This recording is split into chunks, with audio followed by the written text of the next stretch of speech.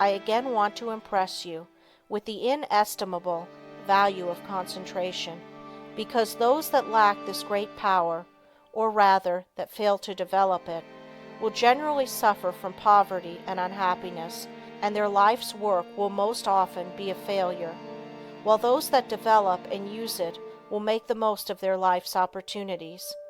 I have tried to make these lessons practical, and I am sure that many will find them so. Of course, the mere reading of them will not do you a great deal of good, but if the exercises are practiced and worked out and applied to your own individual case, you should be able to acquire the habit of concentration in such measure as to greatly improve your work and increase your happiness. But remember, the best instruction can only help you to the extent to which you put it into practice. I have found it an excellent idea to read a book through first, and then reread it, and when you come to an idea that appeals to you, stop and think about it. Then, if applicable to you, repeat it over and over, that you will be impressed by it. In this way, you can form the habit of picking out all the good things you read, and these will have a wonderful influence on your character. In this closing chapter, I want to impress you to concentrate on what you do, instead of performing most of your work unconsciously or automatically, until you have formed habits that give you the mastery of your work and your life powers and forces. Very often, the hardest part of work is thinking about it. When you get right into it, it does not seem so disagreeable. This is the experience of many when they first commence to learn how to concentrate. So never think it a difficult task, but undertake it with the I will spirit, and you will find that its acquirement will be as easy as its application will be useful. Read the life of any great man, and you will generally find that the dominant quality that made him successful was the ability to concentrate. Study those that have been failures, and you will often find that the lack of concentration was the cause. One thing at a time, and that done well, is a good rule, as I can tell. All men are not born with equal powers, but it is the way they are used that counts. Opportunity knocks at every man's door. Those that are successful hear the knock and grasp the chance. The failures believe that luck and circumstances are against them. They always blame someone else instead of themselves for their lack of success. We get what is coming to us, nothing more or less. Anything within the universe is within your grasp. Just use your latent powers and it is yours. You are aided by both visible and invisible forces when you concentrate on either to do or to be. Everyone is capable of some concentration, for without it you would be unable to say or do anything. People differ in the power to concentrate because some are unable to will, to hold the thought in mind for the required time. The amount of determination used determines who has the strongest will. No one's is stronger than yours. Think of this whenever you go against a strong opponent. Never say, I can't concentrate today. You can do it just the minute you say, I will. You can keep your thoughts from straying, just the same as you can control your arms. When once you realize this fact, you can train the will to concentrate on anything you wish. If it wanders, it is your fault. You are not utilizing your will. But don't blame it on your will and say it is weak. The will is just the same whether you act as if it were weak or as if it were strong. When you act as if your will is strong, you say, I can. When you act as if it were weak, you say, I can't. It requires the same amount of effort in each case. Some men get in the habit of thinking I can't and they fail. Others think I can and succeed. So remember, it is for you to decide whether you will join the army of I can't or I can. The big mistake with so many is that they don't realize that when they say I can't, they really say I won't try.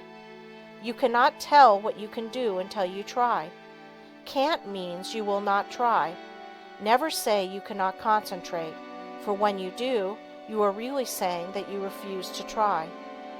Whenever you feel like saying, "I can't," say instead, "I possess all will and I can use as much as I wish." You only use as much as you have trained yourself to use. An experiment to try. Before going to bed tonight, repeat, "I am going to choose my own thoughts and to hold them as long as I choose. I am going to shut out all thoughts that weaken or interfere, that make me timid. My will is as strong as anyone else." While going to work the next morning, repeat this over.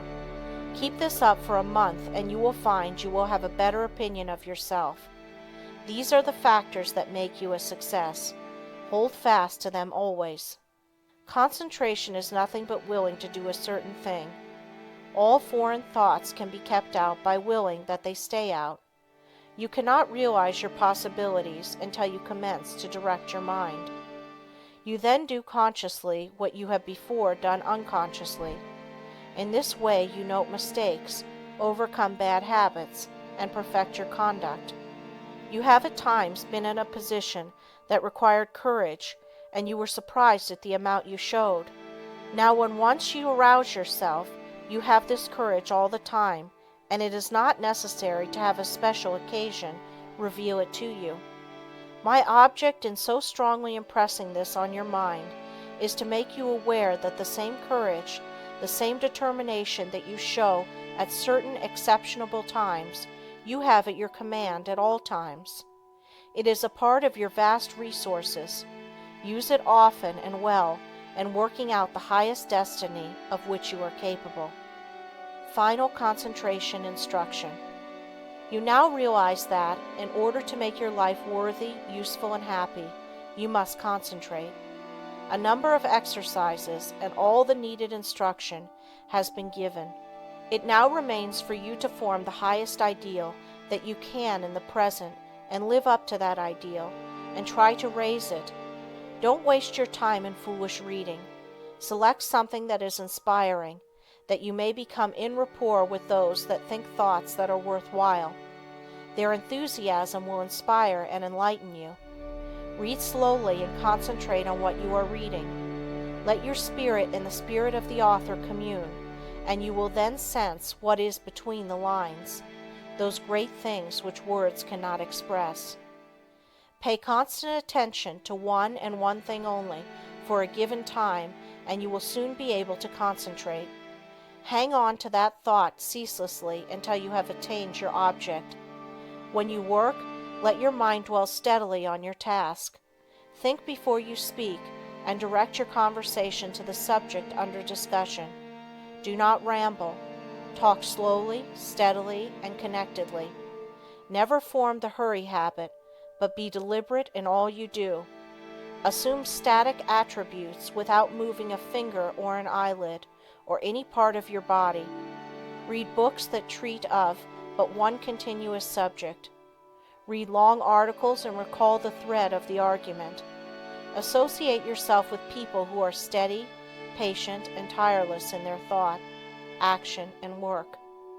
See how long you can sit still and think on one subject without interruption, concentrating on the higher self. Father Time keeps going on and on. Every day he rolls around means one less day for you on this planet. Most of us only try to master the external conditions of this world.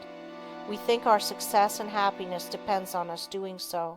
These are of course important, and I don't want you to think they are not, but I want you to realize that when death comes, only those inherent and acquired qualities and conditions within the mentality, your character, conduct, and soul growth will go with you. If these are what they should be, you need not be afraid of not being successful and happy, for with these qualities you can mold external materials and conditions. Study yourself. Find your strong points and make them stronger, as well as your weak ones and strengthen them. Study yourself carefully, and you will see yourself as you really are. The secret of accomplishment is concentration, or the art of turning all your power upon just one point at a time. If you have studied yourself carefully, you should have a good line on yourself, and you should be able to make the proper interior readjustments. Remember, first, last, and always, right thinking and right living necessarily results in happiness, and it is therefore within your power to obtain happiness. Anyone that is not happy does not claim their birthright. Keep in mind that someday you are going to leave this world, and think of what you will take with you. This will assist you to concentrate on the higher forces. Now start from this minute to act according to the advice of the higher self in everything you do. If you do, its ever harmonious forces will necessarily ensure to you a successful fulfillment of all your life purposes. Whenever you feel tempted to disobey your higher promptings, hold the thought, my higher self ensures to me the happiness of doing that which best answers my true relations to all others. You possess latent talents that when developed and utilized are of assistance to you and others. But if you do not properly use them, you shirk your duty, and you will be the loser and sufferer from the consequences. Others will also be worse off if you do not fulfill your obligations. When you have aroused into activity your thought powers, you will realize the wonderful value of these principles in helping you to carry out your plans. The right in the end must prevail. You can assist in the working out of the great plan of the universe and thereby gain the reward, or you can work against the great plan and suffer the consequences. The all-consuming fires are gradually purifying all discordant elements. If you choose to work contrary to the law, you will burn in its crucible. So I want you to learn to concentrate intelligently on becoming in harmony with your higher self. Hold the thought, I will live for my best. I seek wisdom, self-knowledge, happiness, and power to help others. I act from the higher self. Therefore, only the best can come to me. The more we become conscious of the presence of the higher self, the more we should try to become a true representative of the human soul in all its wholeness and holiness, instead of wasting our time dwelling on some trifling external quality or defect. We should try to secure a true conception of what we really are, so as not to overvalue the external furnishings. You will then not surrender your dignity or self-respect when others ignorantly make a display of material things to show off. Only the person that realizes that he is a permanent being knows what the true self is.